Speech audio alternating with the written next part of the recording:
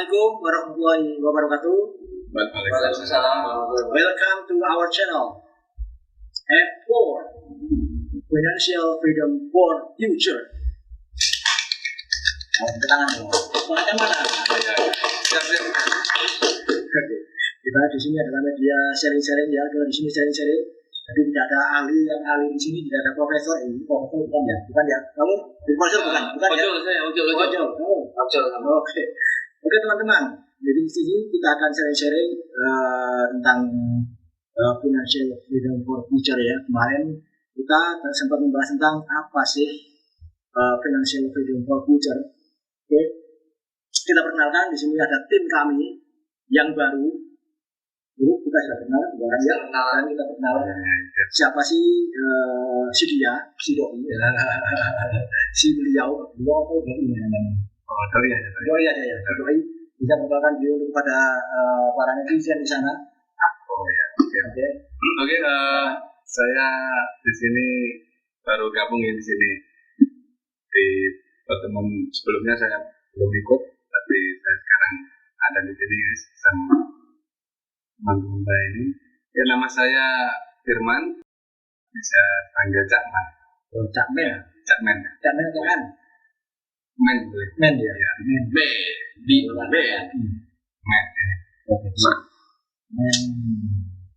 Men dari Sidoarjo, Surabaya atau saya dari Sidoarjo ya.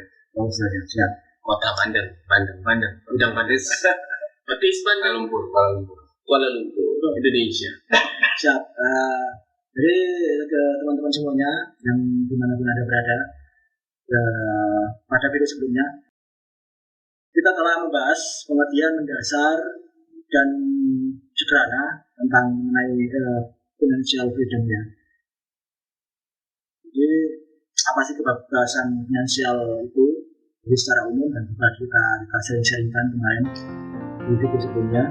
Kemudian kebebasan finansial itu adalah suatu kondisi di mana seseorang telah memiliki pendapatan pasif yang bisa mencukupi kehidupan kebutuhan sehari-hari, gitu ya.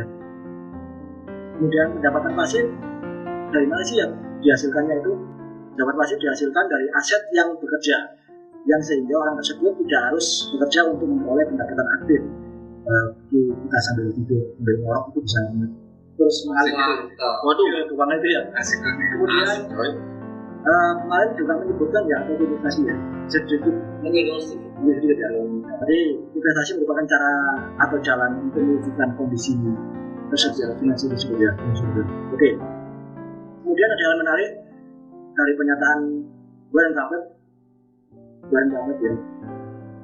Jika kamu tidak menemukan sebuah cara untuk menghasilkan uang ketika kamu sedang tidur, maka kamu akan bekerja sampai kamu meninggal. Oh, buset. Sampai segitunya ya. Sengsara sekali. Yang terakhir, dan hal tersebut ialah dengan cara berinvestasi untuk supaya tidak dalam ketika meninggal kita tidak dapat uang. Supaya sampai meninggal kita nggak kerja terus. Kita punya waktu untuk mungkin 5-7. Oke, siap. Oke, di sini topik sharing-sharing kita bagi kalian yang di sana dimanapun Anda berada, bagi netizen yang ingin berpendapat atau berkomentar di kolom bawah tentang investasi itu apa. Kita mulai dari Cak Slash. Oke, Cak Slash. Mulai ya, nanti kita akan tambah-tambahkan apa itu investasi. Tapi menurut saya itu dulu, investasi itu adalah mengembangkan uang, berkembang uangnya. Uang kita taruh, kita putar, entah itu medianya berdagang atau mungkin disimpan dengan ngepet kali ya. Akhirnya berkembang uangnya lebih banyak.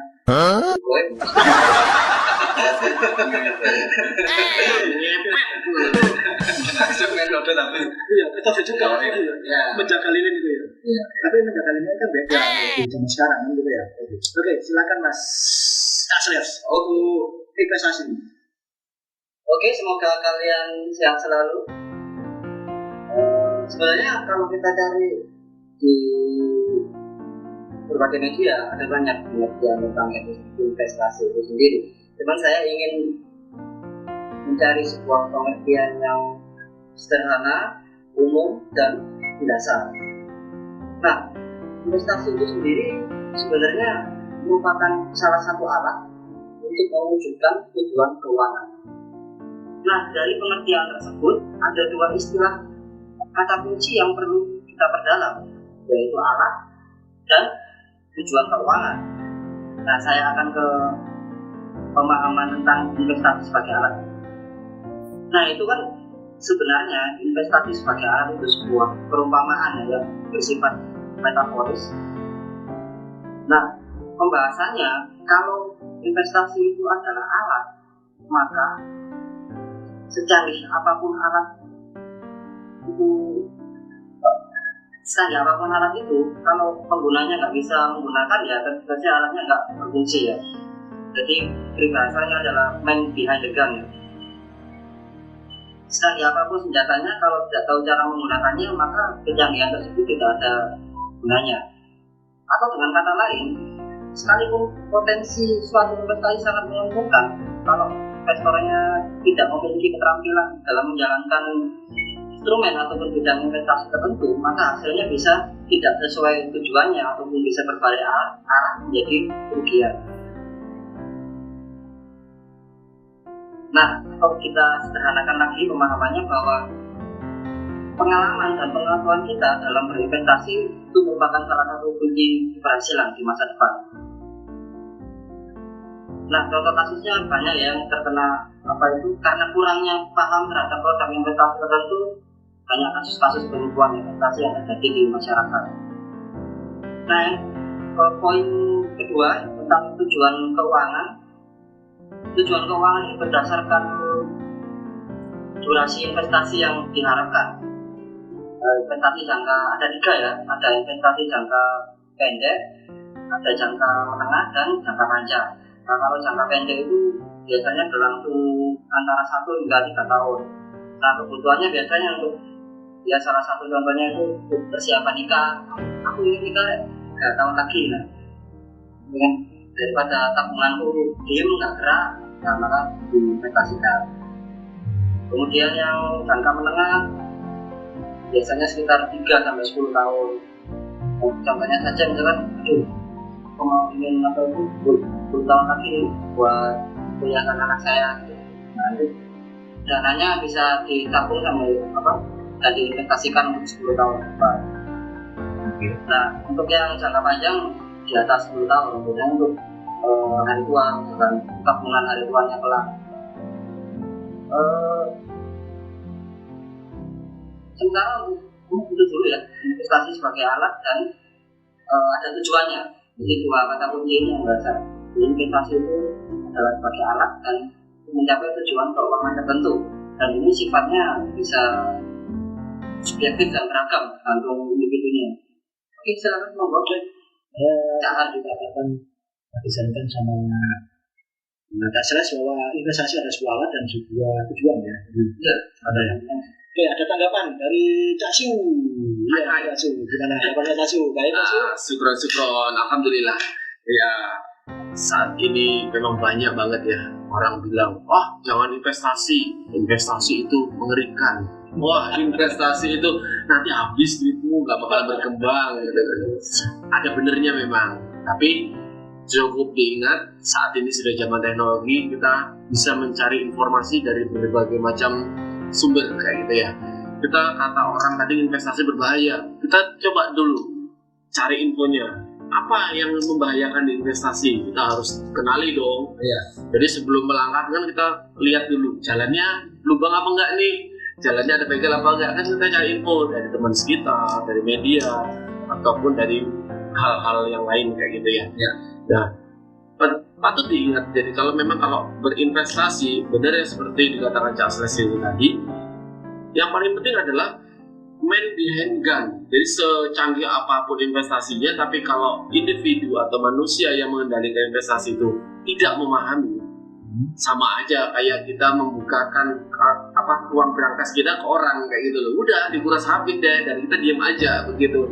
Tetapi kalau kita memahami potensi resikonya, memahami potensi keuntungannya, dan kita tahu cara mencari peluang untuk profit ataupun untuk dapatkan keuntungan, itu kita sangat-sangat fleksibel lah untuk menanggapi mau itu kerugian ataupun keuntungan kayak gitu. Jadi kita bisa mengendalikan itu semua untuk keamanannya ataupun cara penyimpanan, cara bekerjanya suatu aset yang bisa membuat investasi itu berjalan. Itu kalau kita tahu, kita bisa menjalankan. Tapi kalau nggak tahu, ya banyak terjadi seperti di masyarakat sekarang ya, investasi bodong, nggak tahu bodong mana, bodong apanya gitu kan. Masyarakat kurang memahami di sini. Yaitu salah satu trik ataupun tipsnya yaitu kenali dulu perusahaannya, apa itu produknya, legalitas ataupun keamanan di suatu negara. Yang berikutnya cara penarikan daripada suatu investasi itu tadi. Kalau kita memahami semua informasi tersebut, kecil kemungkinan kita akan terjerumus kepada investasi bodong atau investasi yang tidak bertanggung jawab seperti itu. Betul, pada umumnya kan masyarakat kita itu sangat suka di situ. Betul banget. Karena tidak mau risiko, ini keuntungan. Betul. Akhirnya makanya jadi hijau pada debitan ya. Wow, hijau. Hijau laut ya. Yang penting itu tahu-tahu ini keuntungan bermiliar-miliar, ini berjuta-juta ya. Iya. Dia tidak mau tahu perusahaan dari mana. Iya. Kan gitu kan. Tidak ada cukup waktu untuk menelaah mungkin atau berpikir ini wajar nggak sih dan caranya gimana. Mereka pengennya kayak instan aja lah, kayak bikin mie instan kayak gitu ya, tinggal dikasih air udah jadi begitu. Padahal salah besar di situ. Semua ada prosesnya, semua ada mekanisme yang harus dijalankan seperti itu. Oke lah, bagus. Sekarang setelah kasus komentar juga. Gitu ya. Iya Kak, gimana nih memberikan opini pandangan tujuan bahkan tentang apa yang dijelaskan sama Om Cak Sufi. Aku kan masih muda. Oke teman-teman, jangan lupa saya ingatkan kalau kalian menikmati video ini bisa like, subscribe, dan komen di kolom komentar supaya kita bisa berinteraksi dengan baik dengan Vision for Future ini. Kita bareng-bareng belajar. Itu penutupan belum? Belum. Aktor utamanya belum. Ini aktor utamanya. Ya. Gimana Cak? Salam dulu guys ya. Salam sejahtera untuk kita semua. Assalamualaikum warahmatullahi wabarakatuh. Waalaikumsalam warahmatullahi wabarakatuh. Oke, dari sharing-sharing kita tadi menarik ini. Itu menarik, kemudian kita masuk kepada bahasan tentang investasi ya, sebenarnya yang sempat dijelaskan oleh Cak Su dan Cak Han tadi tentang fenomena investasi bodong. Kemudian Cak Hanin juga bilang masyarakat kita itu kok memang suka ditipu. Di sini kemudian saya berusaha untuk melihat fenomena yang terjadi itu sebenarnya permasalahannya itu lebih pada literasi keuangan atau melek soal bagaimana pengelolaan keuangan yang baik sebenarnya. Ya. Di berita-berita juga hari ini ketika Menteri Keuangan pun bilang bahwa hari ini anak muda itu sangat susah ya untuk katakanlah satu contoh untuk mempunyai rumah misalnya. Karena apa? Karena ya kenyataannya sangat jauh berbeda dengan orang-orang tua zaman dulu yang investasi tanahnya banyak gitu ya. Artinya untuk mencapai itu pun kondisi keuangan atau finansial mereka sangat-sangat kurang gitu ya. Makanya kemudian banyak juga kasus tentang terkait dengan investasi bodong, bahkan ada yang sampai ketangkap gitu ya. Kita mungkin masih ingat kasus anak-anak muda yang memanfaatkan kayak software untuk pengelolaan aset, tapi ternyata itu ya investasi bodong tadi gitu. Lagi-lagi orang kemudian ikut, kenapa masyarakat kita itu tertarik akhirnya ikut investasi gitu, tanpa kemudian tahu bahwa apakah ini legal atau enggak. Karena balik lagi kita dihadirkan juga dengan fenomena flexing. Hari ini flexing, istilahnya flexing itu pamer kekayaan. Pamer kekayaan secara instan, naik mobil mewah dan rumah gedongan gitu kan, tinggal di apartemen yang mewah. Tapi ternyata untuk mencapai itu dia menghalalkan segala cara dengan pengetahuan, balik lagi tentang man behind the gun-nya itu ya. Memang investasi itu bisa kemudian dipakai secara positif gitu, atau bisa juga secara negatif. Artinya ya menarik orang tapi nggak menguntungkan. Nah, di situ kemudian kenapa penting sekali kemudian ketika kita bahas tentang financial freedom ya, dan alatnya itu investasi, kemudian tujuan keuangannya dan financial goals-nya itu banyak ya, tergantung kebutuhan masing-masing dari individu. Investasi pendidikan atau yang dicontohkan tadi tentang biaya pernikahan. Memang itu hari ini menjadi cara mungkin yang bisa lebih cepat ya, ketika hari ini kita untuk punya tanah aja susah gitu ya, nggak kayak dulu gitu. Karena kenapa kemudian fenomenanya hari ini orang kalau punya rumah yang mending punya apartemen gitu kan, nggak biayanya nggak semahal untuk membeli rumah gitu. Apalagi mulai dari tanah dulu gitu. Dari saya sih itu sih yang kemudian sangat masyarakat kita sebenarnya perlu untuk literasi keuangan ya, agar tidak terjebak dalam investasi yang bodong itu. Bodong apa dong? Kalau 4 user mungkin nggak sampai bodong. Jadi plong. Ya itu sih dari saya kayak gitu. Oke. Mungkin kita